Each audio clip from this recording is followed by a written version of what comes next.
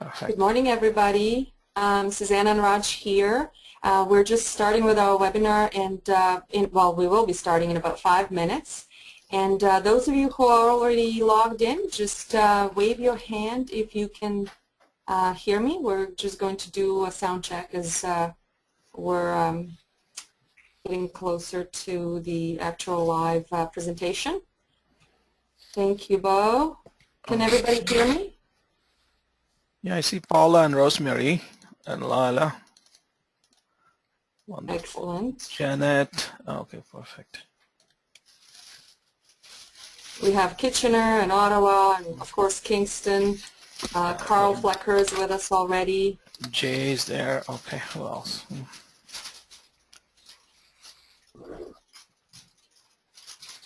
I hope everybody has a little fresh cup of coffee or a bottle of water and is ready to partake in our last webinar for this year. Even though it's the last one, beer, wine, and scotch is also acceptable. Yes, we will be serving wine during the webinar presentation. Lila, I just got your comment. She actually said, put your hands in the air. And wave them like All you just right. don't care. Okay. That was good. Nice. I like it. All right, so another few more minutes.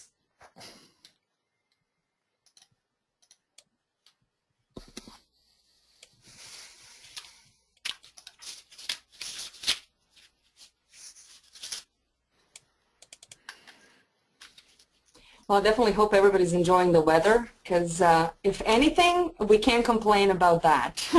At least not for these past few days or the upcoming weekend. So fingers crossed it stays like that for a while.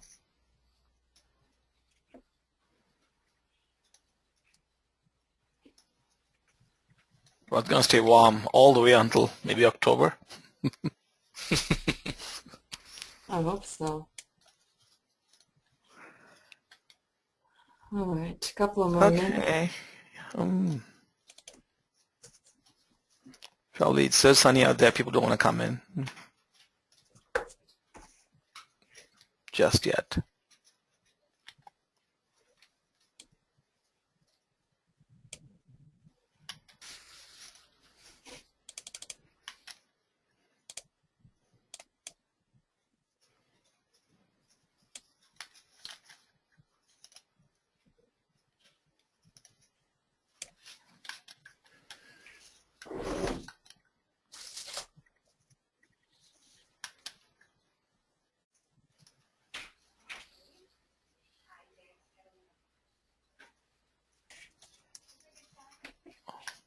Okay.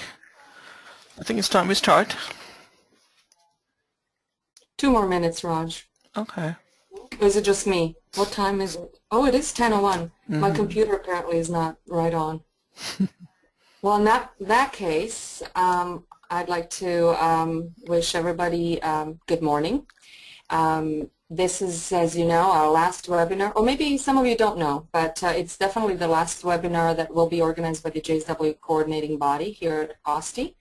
I'd like to say that, and which is what I just told our presenter for today, that if this was the way to go, I'm glad that we have such a great presenter with us for our last presentation.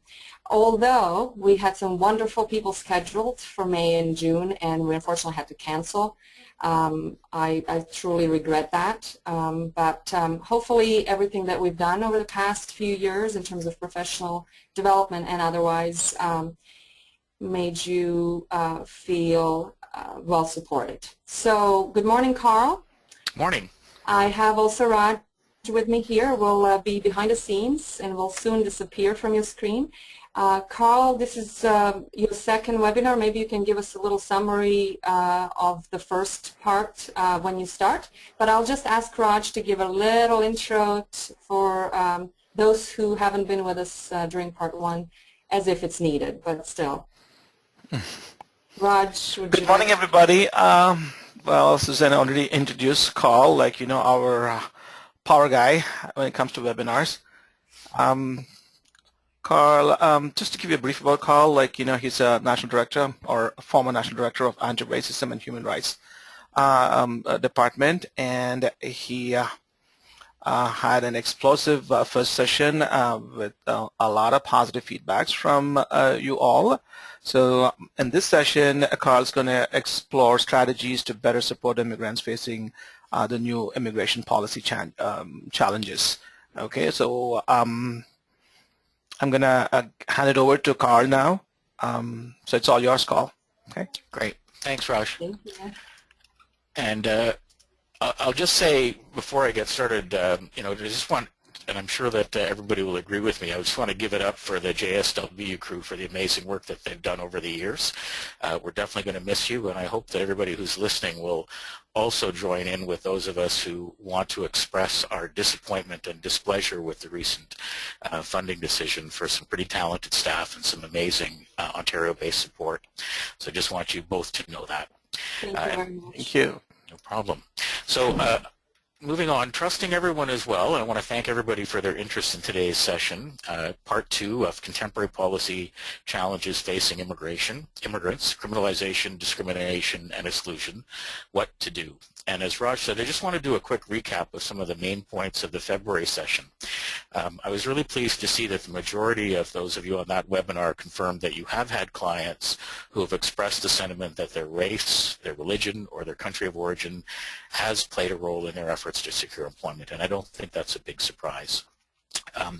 The other thing is that the timing of that February webinar coincided with a very well-reported response by this government's decision to appeal the federal court ruling that found, let's see if I can get to, that found that the government's practice of demanding a new citizen remove their veil while taking a citizenship oath is unlawful. I was also making the point that judicial actions such as this, alongside naming certain citizenship and immigration legislative changes, casting immigrants as barbaric, criminals, or terrorists, or queue jumpers, basically that's just not cool. This legislative agenda, it's been argued, has a partisan and electoral purpose. I would say that characterizing particular immigrants either as citizens of convenience or persons taking advantage of Canadian generosity or portraying lax immigration policy as promoting the scourge of so-called anchor babies makes it hard for immigrants to secure jobs and integrate equitably in communities. The impact of that kind of xenophobic and discriminatory immigration policy, I argued, bleeds over into the employment scene. And I noted a particular study by one Professor Oripoulos and Diane DeChief that has consistently confirmed what many of you see on a daily basis. Despite immigrants having Canadian experience in education, and in many cases often having higher academic levels than their peers born in Canada, certain names trigger what is politely called subconscious discrimination by some employers. Job seekers with Anglo names tend to get more positive callbacks from employers compared with those who have Greek, Indian, or Chinese names. Now, I also pointed out the government policies that reinforce and accentuate this discriminatory effect, particularly for newcomers who are seen to be either Arabic, Chinese, Asian, Greek, or associated with nation states that are tagged as fundamentalist or failed states, or simply put, host a large Muslim population. I provided some details of how criminalization, exclusion, and discrimination via specific national security measures are negatively impacting immigrant job seekers. For example, since 9/11, there was the documentation of Muslim workers being targeted or losing their workplace compensation benefits in workplaces. Others in the transport industry facing discriminatory scheduling on cross-border routes going into the U.S. because their employers were seeing extensive delays or secondary investigations being applied to Mohammed the truck driver, which was costing the company downtime and profit. Or institutional measures that were put in place in the airline sector, marine sector, and manufacturing sectors, particularly in the supply lines involving defense goods productions, telecommunications, or aeronautics. I was really pleased to see in the feedback from that session, that such treatments are not exclusive to these sectors. And I would like to hear offline from those of you on the call of your experience of other sector-specific cases. So those of you who have stories and can share them while respecting privacy rights, please take note of my email, kflecker@gmail.com, on your screen. Anyway, we wrapped up that first session with a quick outline of action steps that a job counselor might do or support in the face of these contemporary challenges. And they included documenting the experiences of those affected, pursuing a strategy of public awareness, basically telling people stories, demanding some targeted advocacy via those who can advocate safely, engaging with select and progressive employers, municipal allies, and organizational stakeholders, like, for example, the Federation of Canadian Municipalities, which increasingly recognizes the important role of immigrants and immigrants getting into the labor force in their communities. Informing and involving stakeholders from key sending countries to speak out on behalf of their nationals in country. But before I return and expand on these actions, I'm obligated to be the bearer of some more bad news and bring your attention to two more yet institutional measures that have recently been put in place, which are going to affect immigrant job seekers. So again, I'm just going to apologize for the bad news bearer status here. But what I call the credit check for all federally public service workers, as part of what I call the live in fear, vote in fear federal electoral strategy that some political parties are relying on leading up to this October. This government informed all federal departments that they have until October 2017 to implement a new screening standard for civil service workers. All existing and new hires in the public service of Canada are now going to have to agree to a deeply invasive screening process that involves fingerprinting, credit history and criminal checks, and get this, a sweeping search of individuals' internet use. Yeah, you did hear me say that.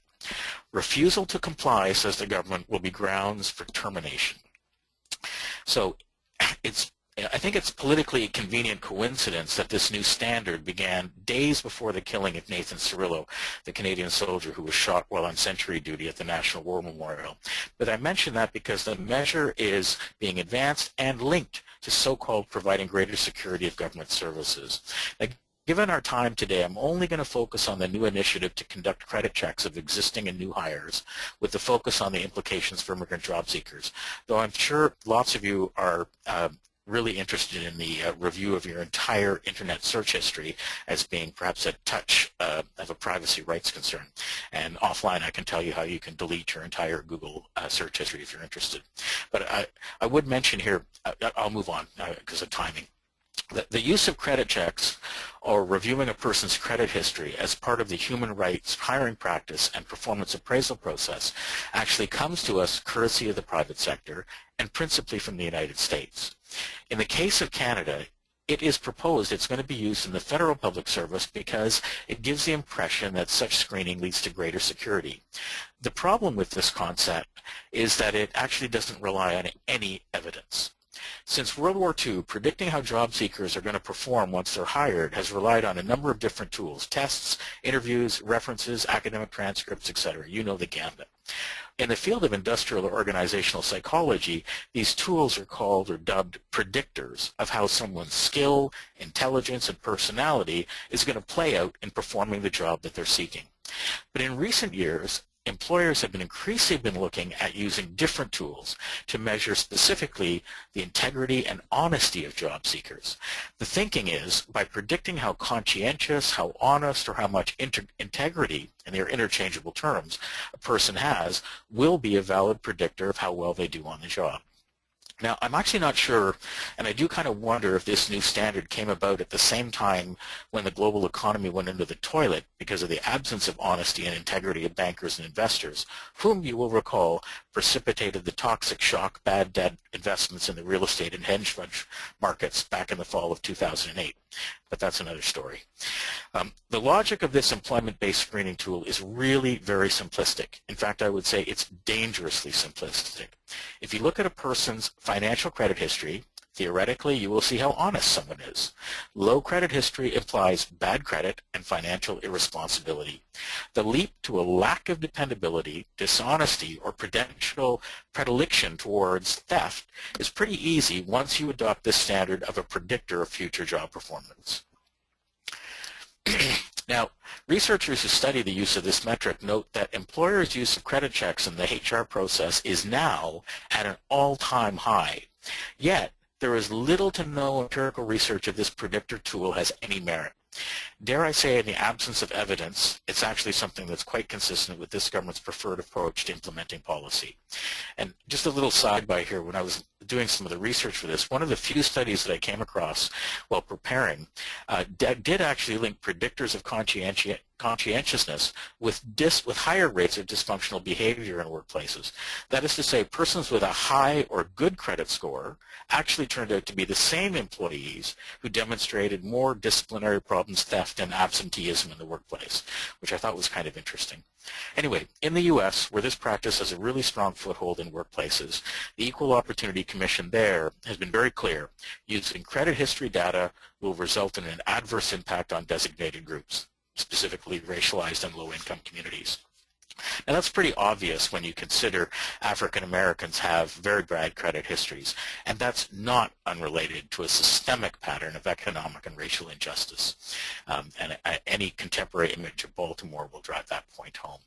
Anyway, the data shows that African Americans have bad credit records at a 21% higher rate than whites. Latinos have scores 5 to 25% worse than whites. And from a U.S. legal perspective, credit checks as an employment selection tool will likely be racially discriminatory and in violation of the U.S. Civil Rights Act. The situation would be exactly the same in Canada, and our legal protections, such as the Charter, would mirror the U.S. situation in terms of employers using credit histories to guess or predict who is a good or a bad employer. Now, we know that in Canada, the majority of newcomers coming from different parts of the world are coming from Asia, Pacific, Africa, the Middle East, and the Americas. In fact, these regional breakdowns account for about 80% of the annual intake of economic immigrants. They are, of course, also the regions of the world where the melanin count in folks' skin is noticeably different than those whose families originated within Europe. Just think of any contemporary Ancestry.ca commercial to get the color-coded nature of what I'm referring to here. Anyway, it's not a big stretch to think that this measure is likely going to have a discriminatory impact on newcomers, and particularly racialized newcomers, just to name a few of the obvious. But here's the really interesting part of this story. The U.S. study that I took a look at of nearly 200 employees spread over 6 companies in the financial service sector that use credit checks as a predictor tool was assessed against the performance appraisals, and their termination decisions of the workers who got hired. And here's the study. Long and short of a very detailed 30-page study concluded there is no published empirical evidence for the criteria and validity of credit history. Furthermore, according to the study, credit history has no criteria and validity in predicting either performance rating or termination. And the biggie, the researchers' data showed that there is no benefit from using credit history to predict employee performance or turnover. And this is from Bryan and Palmer in a 2012 journal in The Psychologist Manager. Now, I mention all of this because the Canadian Federal Public Service has been directed to follow a trend that runs on empty predictive evidence. And I raise it today because also the Public Service Commission of Canada was obligated to adhere to employment equity practices in their hiring, and we know that immigrants are predominantly racialized, and immigrant job seekers who've obtained Canadian citizenship, because that's what you need to get into the Federal Public Service, stand a better chance of getting decent jobs in the public service compared to the other option of flipping burgers or rotating chickens at Swiss Chalet. So this one measure, what I'm pointing here, is it's going to be quite impactful. Like the U.S., systemic racial and economic injustice patterns exist here in Canada, and likely put designated groups of workers, including racialized immigrants, at risk of having less than stellar credit history.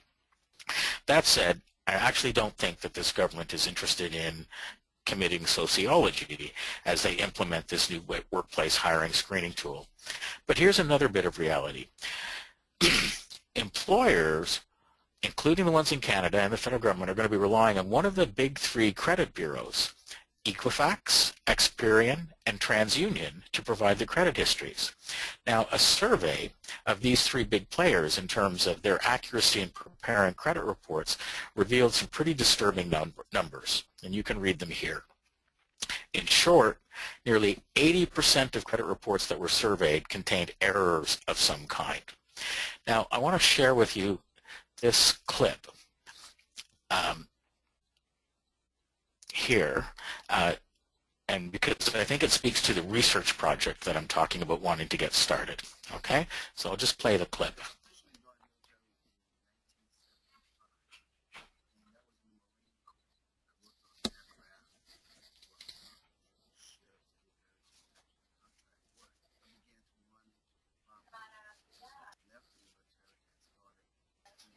Carl, the audio is not really Okay, clear. let me turn it up.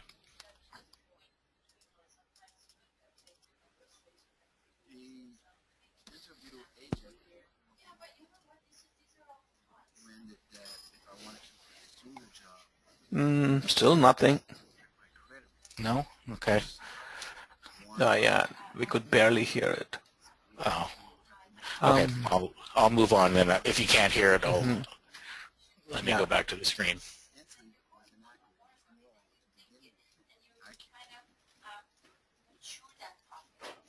Okay, I understand from Raj that the audio was not very good. In short, I'll just summarize. This is Emmett, who tried to get a job in the federal U.S. government. Turns out he was not getting any callbacks, wasn't getting any jobs, got told it was a problem with his credit history. He looked into it. Turns out, as I pointed out in the survey, there was an error done by the credit companies, and that impacted his job, and he was unable to get a job, a decent job, and he's been stuck in a low-income situation, all because of failure on behalf of the credit bureaus that were doing the credit history. The point of wanting to share this was, here's a very simple, this is just a 1 minute and 15-second interview that in the research part of this could be a very interesting way for this project to work with those of you who are interested on the call to actually document what we anticipate will be the experiences of immigrant job seekers in Canada once this credit history thing rolls out, and collecting this information, and I'll come back to that in a second. So again, my apologies that the audio sucked. Anyway, let me come to PIPS, the Professional Institute of the Public Service of Canada, upon learning that the government was changing up the security clearance process, filed for an injunction with the federal court to stop this new security screening initiative. But employers, like those in the U.S., are increasingly using this poor tool in the private sector too, and the federal government, of course, is insistent that this measure go through. So it's just a stopgap right now with the injunction. My point is that not only are immigrant job seekers likely to face this hurdle, not only if they're applying to the federal public service, but they're also likely going to be facing it in the private sector in Canada too. Now consider what the potential impacts of credit checks alone are going to mean for recent newcomers to Canada. Is it likely that those who've recently established themselves in a new home in a country will even have a credit history here, much less a strong one? Many who relocate come with savings upon which they rely for the lengthy period that it takes to secure decent jobs. What's the likelihood that their financial picture is going to appear vulnerable or weak? Now, what I found is there's not a lot of research on this topic in the Canadian context.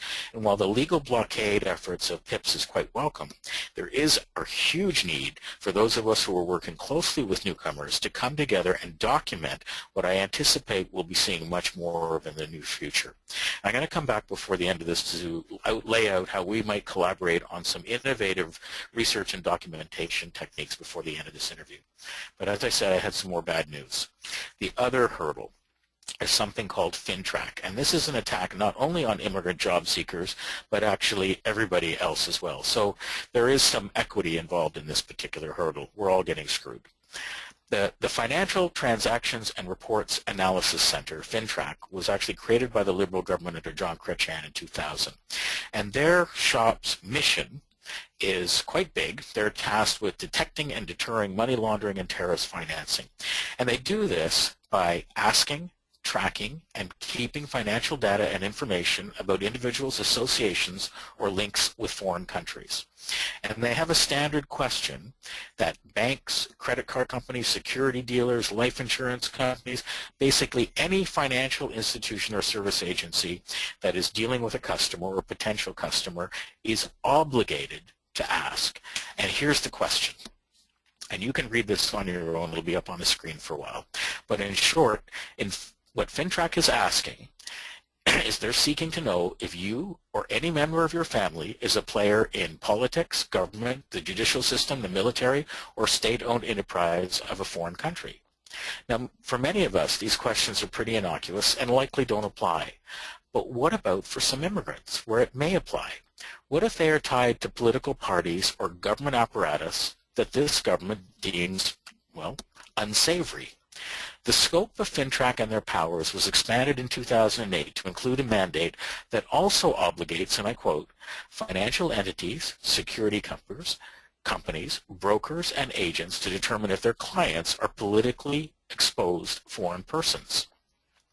FINTRAC's enabling legislation requires some, get this, 300,000 entities, everything from casinos, accountants, banks, life insurance companies, real estate firms, dealers in precious metals and stones, to collect and hold personal client information that is then transmitted to FINTRAC, often without the knowledge or consent of the individual.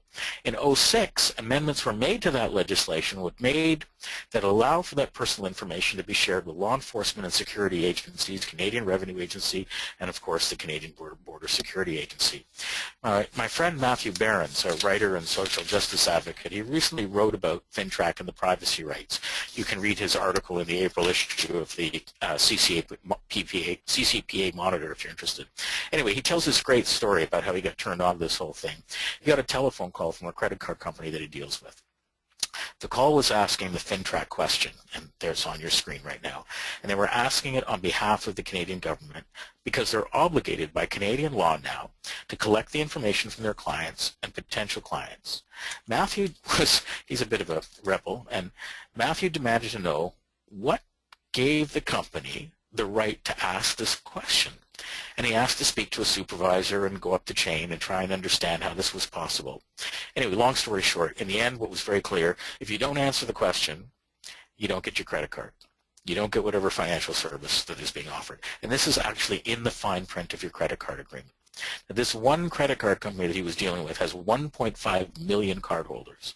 The credit card companies say they've got the right to ask these questions and monitor your financial transactions and report their findings to the federal government's FINTRAC unit with or without your consent. I don't know how you're feeling right now, but Big Brother is watching. This FINTRAC unit, with 343 employees, has more than 165 million files on Canadians. Now, last time I checked, there's about 35 million of us. So that translates into multiple files on pretty much everyone. According to the Privacy Commissioner, the files contain such information as down payments on your house or vehicle purchase, wire transfers that might be received by international students living in Canada, funds sent by parents in Canada to children studying abroad, etc. Well, here's an interesting thing. The Senate Standing Committee on National Security heard last December that FINTRAC made 1,143 disclosures to law enforcement agencies of the information that they had collected. That's a 25% increase over previous year's reporting figure, and fewer than 250 were thought to be connected with alleged terrorist financing. Now, Matthew correctly points out that moving large amounts of money around the world, $10,000 or more, can really be quite legitimate. For example, a group of Canadian Muslims attending the Mecca pilgrimage might entrust a group leader to handle their travel and accommodation details. That would be reported to FINTRAC under what is called an STR, a suspicious transaction report. That's what came to the Senate. These 1,143 disclosures were STRs. The Privacy Commissioner did an audit on FINTRAC in 2013, and they found that their STRs, or their suspicious transaction reports, are not simply triggered by the amount of money being moved.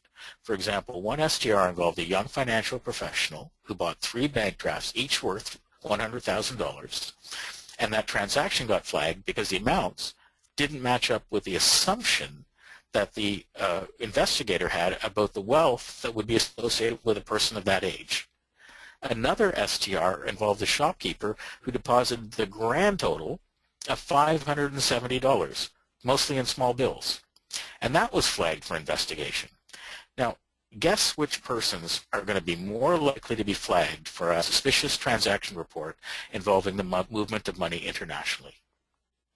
Of course, it's going to be immigrant job seekers who've been left behind. Now, in the above examples that I just gave you, nothing untoward was happening in those STRs, but files were created, investigations were launched, information was shared with innumerable government agencies. The FINTRAC reporting rules that Matthew points out are not only confusing and unclear, but the reporting entities are actually encouraged by FINTRAC to over-report in order to be cautious. The standing operating protocol is to report by default whether or not there is a knowledge, belief, or suspicion of terrorist affiliations. Just report your findings is the message. Voila, a file is created and shared with law enforcement agencies. Ergo, 160 million files are created. Now, the Privacy Commissioner reported a case, I think this is interesting, where FINTRAC encouraged a financial institution that was unsure of what to submit regarding a large cash transaction. They said, send along whatever you feel is important, even if it's excessive. FINTRAC acknowledged to the Privacy Commissioner that although the data technically should not have been included in the report that they received, and it certainly compromised privacy rights, FINTRAC argued it was still valuable to have the additional information for, quote, intelligence or analytical purposes, end quote. Now this becomes poignant because poor information that is tainted with assumptions, xenophobic, and inflammatory imagination is what led to the detention, rendition, and torture of Canadians, of immigrants, of Muslim background, of Arabic ancestry. And all you need to do is take a look at the screen on your image and think Mehar Rar, Abusfian Abdel Razak, Ahmed El Nati, Muyad Nuruddin, Abdullah El-Maki, Adil Charwaki, and the list goes on. John Randall, an author who's done a lot of work on this particular topic, he wrote something quite poignant. He said, the war against terrorist financing has nabbed few bad guys and ruined many innocents. It's frozen very little hot money, and it's vastly complicated worldwide banking for the greater glory of a burgeoning bureaucracy.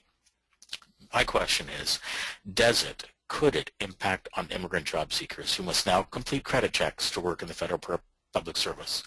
And that information will be dovetailed with FINTRAC's suspicious transaction report findings. Is it hard to imagine a situation where a Muslim cleric who runs a rural summer camp gets anonymously reported but never confirmed that the camp is taking place on a property thought to be connected with terrorist financing? Do you think that CBSA, CSIS, and the RCMP won't be tasked to investigate? Do you think that those at the mosque won't fall under scrutiny? And that those files that will be created, thanks to Bill C-51 and FINTRAC's enabling legislation, will be shared with government departments, including departments that are doing hiring? Is it unreasonable to imagine the immigrant job seeker will never really know why their application was refused? Now, this is a good moment to survey those of you who are still listening with two questions, and I'll ask Raj to put the first question up, followed by the second question. And can I get you to do that, Raj? Oh, sure. Hold on. I'm launching it. There you go. The question is, prior to this webinar, whether you're familiar with security clearance requirements impacting immigrant job seekers. Okay.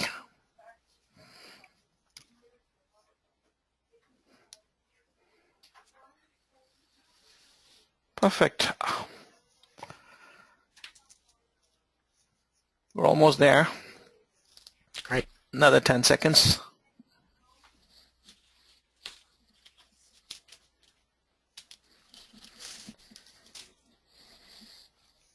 Okay, an overwhelming majority of 88% of people said no, while 12% said yes. Great, okay. And let's go to the second question, Raj. Okay. Thank you for this. Okay. There you go. That's the second question there. Are you interested in participating in a research project to document clients' experiences with security clearances? Well, folks, you have another 30 seconds to respond for this interesting question.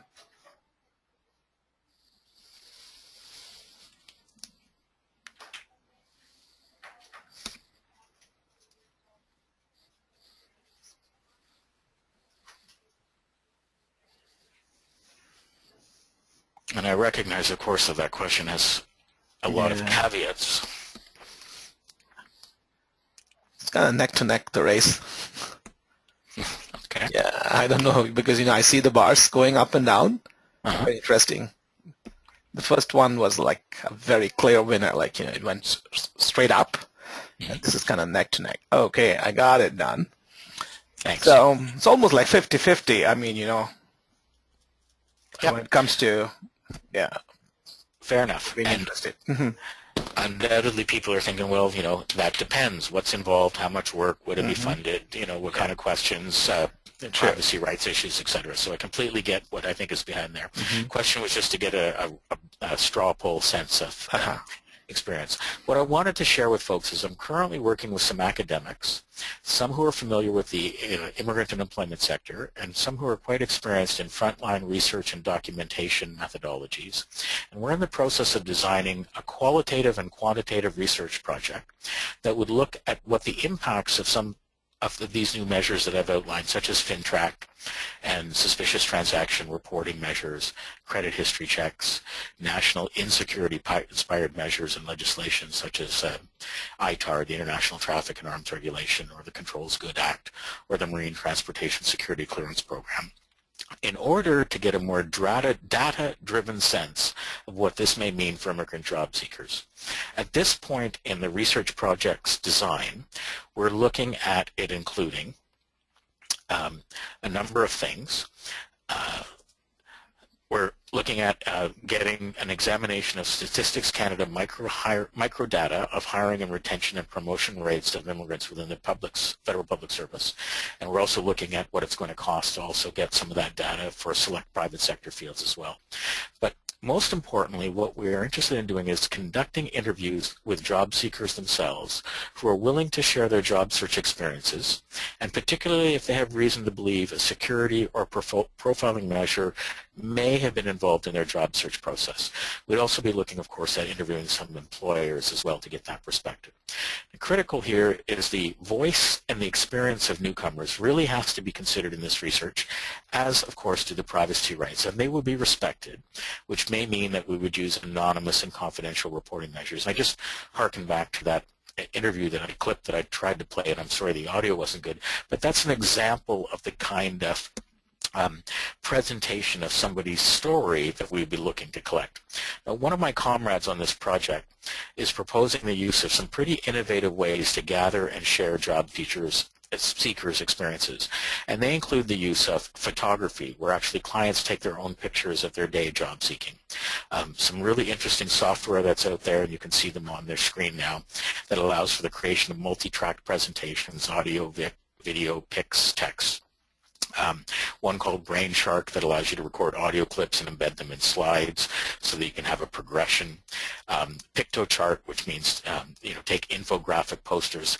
It's a great app that allows for taking really boring institutionally gathered data and making it much more alive and valuable. And lastly, something called digital storytelling, which is a process where participants bring a story they want to tell to a story circle, and they work on a script with facilitators, and they learn how to scan or manipulate their photos with Photoshop, and then they learn how to record and edit digital recordings through programs such as Audacity and Hindenburg in order to put together an online, and they can do it also with online video editing. And we have the resources. The key here is, my colleague Teresa notes, it all begins with, quote, with interviews. Great questions, great digital recordings, and great listening skills. Now, I share this because I think it could be interesting to work with those of you who are interested to educate, support, and involve job seekers while contributing to an important public policy debate. And I should mention here that if we're successful in obtaining some of the funding for this project, we obviously would be looking to work with those of you who are interested and recognize that this would be an additional piece of work. But it could be an interesting addition to the kinds of support services that we extend to clients. So with that in mind, again, my email is up there if you want to contribute to the research design, and we're very much still in the design stages, so we're open to further inputs. Get in touch with me offline. I'm going to just segue here, I'm at the halfway mark at least, to the temporary foreign worker program issue and a lot of the regulatory changes that we've seen in the last few years and their impacts on permanent residents who are seeking employment. My question was, what options exist to balance the equation? Raj, can I just ask you to put the next survey question up? Okay, sure. The next question Raj? comes up now.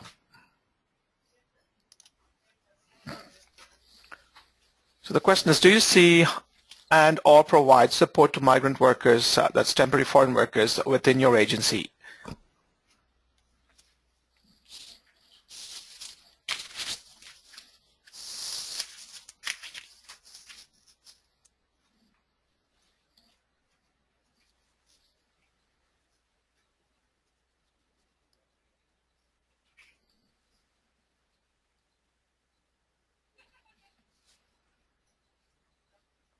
Okay, it's again kind of evenly distributed, like 54% say no, while 46% say yes. Okay, great. Thank you. Thanks, Raj. Thanks, everybody. Next slide. Here, as many of you know, migrant workers in Canada, those who are here on a temporary work permit, whether it's open or closed, has increased by epic proportions since '06, and with some equally dramatic impacts on the labor market and wage and working conditions of all job seekers. We've seen a tripling of the numbers within a decade. There's been more than a doubling of the number of permits given to employers in 7 years, and despite the latest round of regulatory changes and the shell game that has been given in terms of the new names for the Temporary Foreign Worker Program and the International Mobility Program, the bottom line is that there is still well over 600,000 work permits that were issued to employers by the end of 2013. Now, immigrant job seekers face really unique pressures alongside this program. And I'm just going to outline a very quick case in Kelowna, BC at Windsor Manor that does a very telling example. At Windsor Manor, they had 70 employees who held unionized full-time positions who were providing long-term care with a nursing home. Now, these workers were predominantly new immigrants, and predominantly they were internationally trained nurses and healthcare workers who were waiting for their credentials to get recognized. And so they were passing the time and earning an income in a related career path. The employer contracted out the HR management function to an outside firm. That firm was determined to cut costs and offered the existing workers a simple choice: accept a massive reduction in wages and benefits or get laid off. The workers refused the pay cut and the benefits reduction. The employer laid them off. The HR outsourced firm then filed a permit to recruit and hire migrant workers based on a fraudulent claim that there was no available workers in Canada. That application was fast-tracked and approved, and the employer imported 70 plus temporary foreign workers to fill the positions. So basically, laid off on Monday, replaced on Tuesday. The original migrant workers, who were Canadians or permanent residents, they lost their jobs essentially to their countrymen and women who were brought in under the Temporary Foreign Worker Program. The new workers were paid substantially less and had fewer benefits, and were charged a housing accommodation fee by the human resources broker who facilitated essentially a workforce swap. Now, similar cases have been documented by migrant rights groups and unions across the country where immigrant job seekers, as well as other members of the Canadian labor force, get displaced by this program. Now, the migrant worker, the expansion of this program took place with government sanction into every National Occupation Classification Code by budget implementation degree in 2007, and that's the quote from the budget document that you're seeing there. Abuse and problems with the programs began to make a regular appearance in media stories and within communities across the country in very short order, and I won't bore you with those details. But amid the many regulatory changes that were put in place from '06 to '14, a few of them have very direct impacts on immigrant job seekers in the country on PR status. For example, the 404 rule limiting migrant workers to just 48 months of contiguous work in Canada before they have to leave and can't return under the temporary foreign worker program until 4 more years has passed.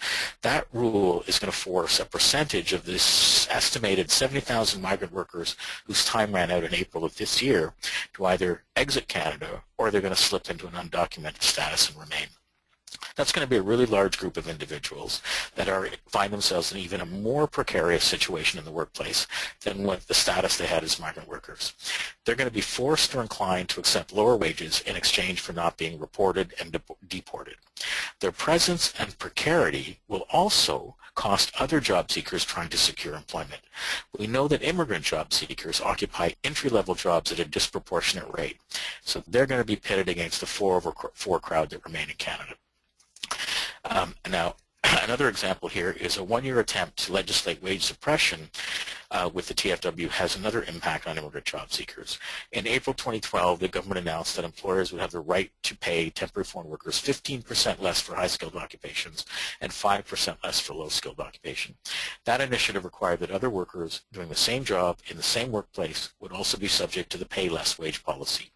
Now, workplaces that rely on migrant workers are predominantly low-wage occupations. They also tend to employ immigrant job seekers who are doing the survival job thing. Now, fortunately, this rule, as we know, was terminated in 2013 after growing public unrest and a barrage of media stories exposing the injustice. But the ire that came with a heightened dose of xenophobic vitriol from the public targeted not only migrant workers, but immigrants in general, which has remained despite the ending of the pay less wage rule. Now, a lot has been written about the problems with the temporary foreign worker program. In fact, I just completed a pretty comprehensive chapter in a book that's soon to be published on Harper's Record on this issue, if you're interested. But what about the remedies to bring some balance to this equation? That's my key point I want to close on.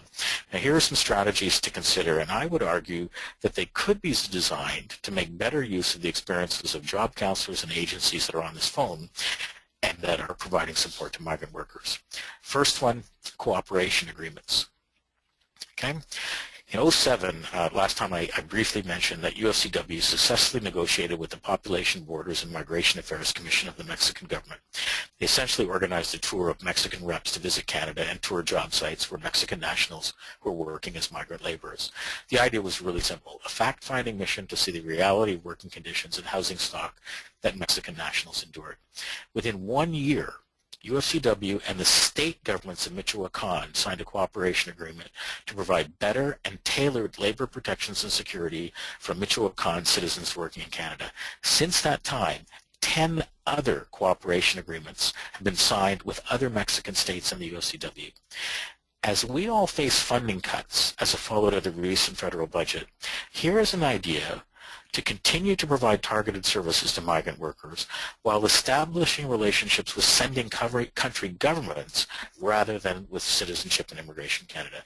Think about weaning ourselves off the one-way flow that we've had. Now, these cooperation agreements commit parties to a range of supports and services, and you can see those on your screen now. Whether it's job or workplace counseling, advocacy for labor rights, housing conditions, medical claims, pension matters, parental benefits, providing workshops on OH&S, occupational health and safety. I'm working now with Institute for Work and Health, who've developed a fantastic tool on occupational health and safety training and entitlement information specifically for newcomers. Translation services, ESL classes, assisting in ongoing employment-related resolutions, communications between migrant workers and their return homes, even support for cultural events and community integration of migrant workers who are living away from home. Now, my point is that these services, some of them, are familiar to us in this sector. They are also services that could be negotiated as a fee-for-service cooperation agreement deal with allies, particularly at the government level in select sending countries. In an age where CIC funding cuts, we have to start thinking outside of the box because that will be the new norm. On the international front, there are a couple of other additional measures that I wanted to touch on that are unfolding that webinar participants may be interested in connecting with. An international coalition has been formed with the help of groups like Migrant Forum Asia, and the Open Working Group on Labor and Migration has been hosting a unique online discussion to solicit recommendations from frontline service providers and on policy remedies that could better address the problems many of us are seeing in our support with migrant workers. Recent forums have focused how to better regulate labor brokers, how to measure measures to strengthen government-to-government recruiting and placement agreements of migrants rather than allowing labor brokers to operate without regulation or oversight. And there's a very good website. I'm sorry the image is not very clear, but this is the link to the website where you can get a much more hands-on kind of feel for it, recruitmentreform.org. Here their inputs, they're looking for inputs from frontline service providers, and they've made some, as a result of those inputs, they've made some really useful and dramatic reports to the United Nations High-Level Dialogue Process on Migration and Development and to the UN Special Rapporteur on Migrants, who is Francois Crapeau, based out of Montreal. And these documents are available via me if you're interested.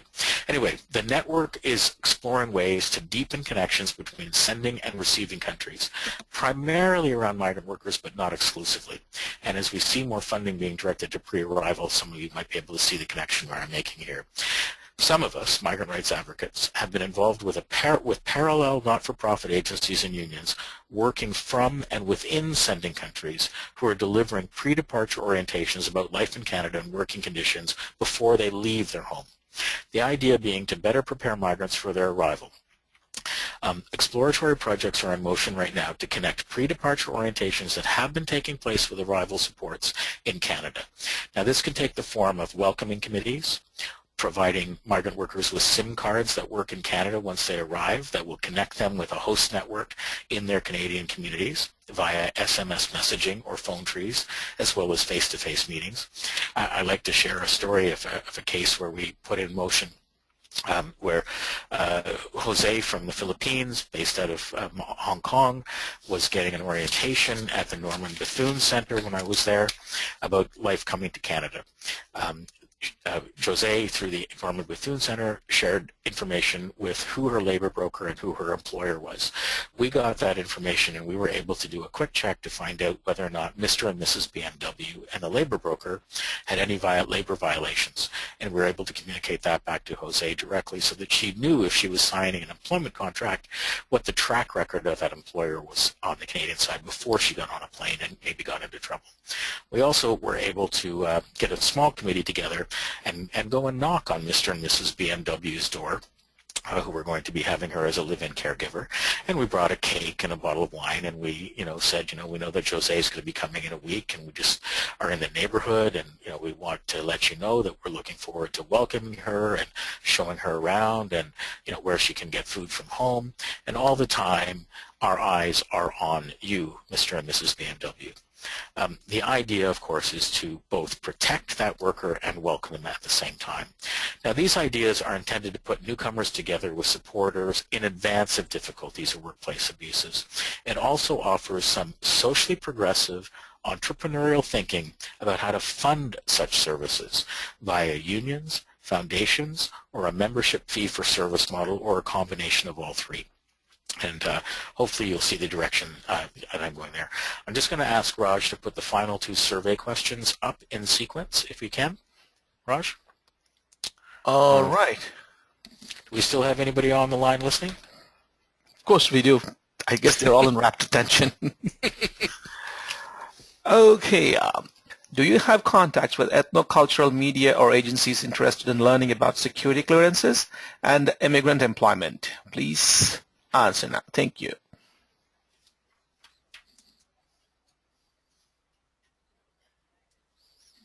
Well, if at all the polls are an indication that they're really listening, you see, the numbers are raising again. Great.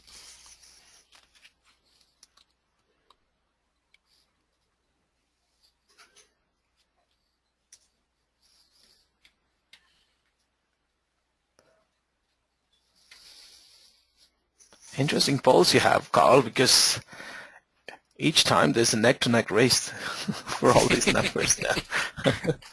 Usually these are lopsided, there's an overwhelming majority saying yes or no, but this time it's like most of your questions. That's good. That's good. Yeah. Okay, so I have the numbers. 44% say yes, while 56% say no, they don't. Okay. Okay, and That's interesting. for the last question, Yes, yes, please.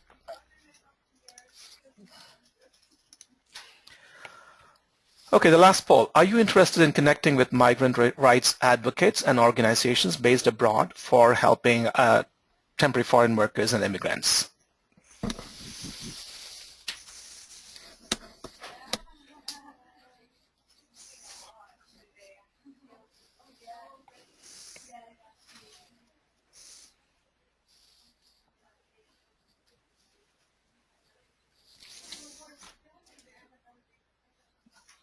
Almost 80% votes are out. And saying yes or no. Well, that's neat.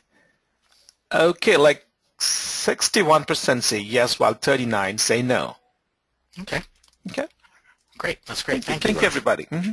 Appreciate that. So depending on how you responded, and I recognize that the nature of this medium doesn't allow for a full exchange and qualifiers that might be associated with some of these questions. If you responded yes to the questions, I would ask you to connect with me directly via this email, kflecker@gmail.com. And ideally with those specific contact details where we could have more discussion with the ethnocultural media agencies and the diaspora networks.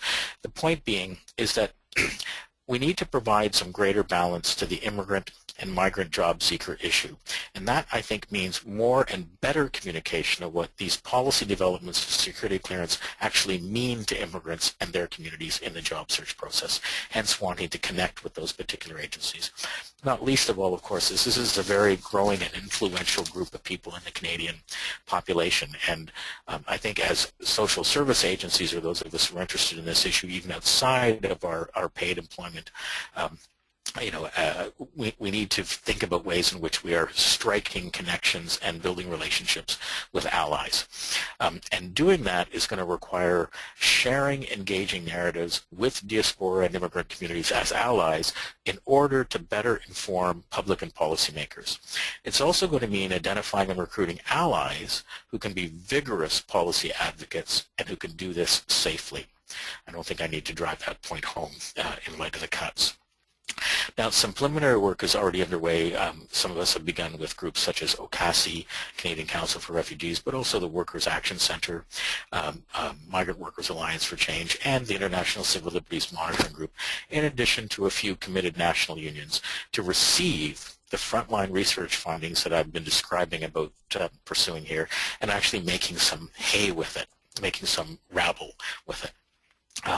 The process that we have in place so far has identified relationships with currently between 5 and 10 top sending countries, and we also have been fortunate to identify a few potentially interested funding sources to make this outline that I've put out in front of you here today to actually fund it and make it possible. So those of you who may be interested in participating and playing in this sandbox, I'm not guaranteeing, but the premise that we're working on is that this would not be something that you would do for free, that we would take a look at negotiating some arrangements to be able to pay for fee-for-services. Finally, as noted, using the new tech that I mentioned and software and programs, we aim to engage the voice and experience of newcomers as a central part of communications and documentation. Just a quick look at my clock. I'm pretty sure my time is up, and I just want to close with much thanks and appreciation again to Raj and Susanna and Tanya and the JSW crew, and also to each of you who are on the webinar. Thank you for the work that you continue to do, and thank you for your interest in this project. Take care. Thank you, Carl, for such an informative webinar as usual. I just would like to open the virtual floor to questions right now. So if anybody has any questions, please just type them in the text box and send them our way.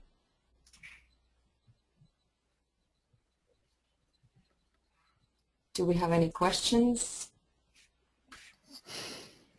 We're getting thank yous. I don't see any questions so far. if there are no questions, I think we should just prepare to close. I'd like to thank you, Carl, again for working on this with us and for such great contribution to professional development of JSW staff across the province. Again, we had a great attendance. It was a pleasure having you all here with us today and for the past, well, in my JSW career, 9 years. Again, thanks to Raj for always so smoothly supporting our presenters via webinar. If any questions come to mind as we're closing this, please feel free to send them our way via email, and we'll connect with Carl afterwards and respond that way. Also, the webinar was recorded and it will be uploaded on the website, so if you would like to refer to some of the information you know, at a later date, feel free to do that. Additionally, something that I forgot to ask, if you watch this webinar with several of your colleagues, please let us know so we have more accurate numbers in terms of attendance. So I think this is all for now.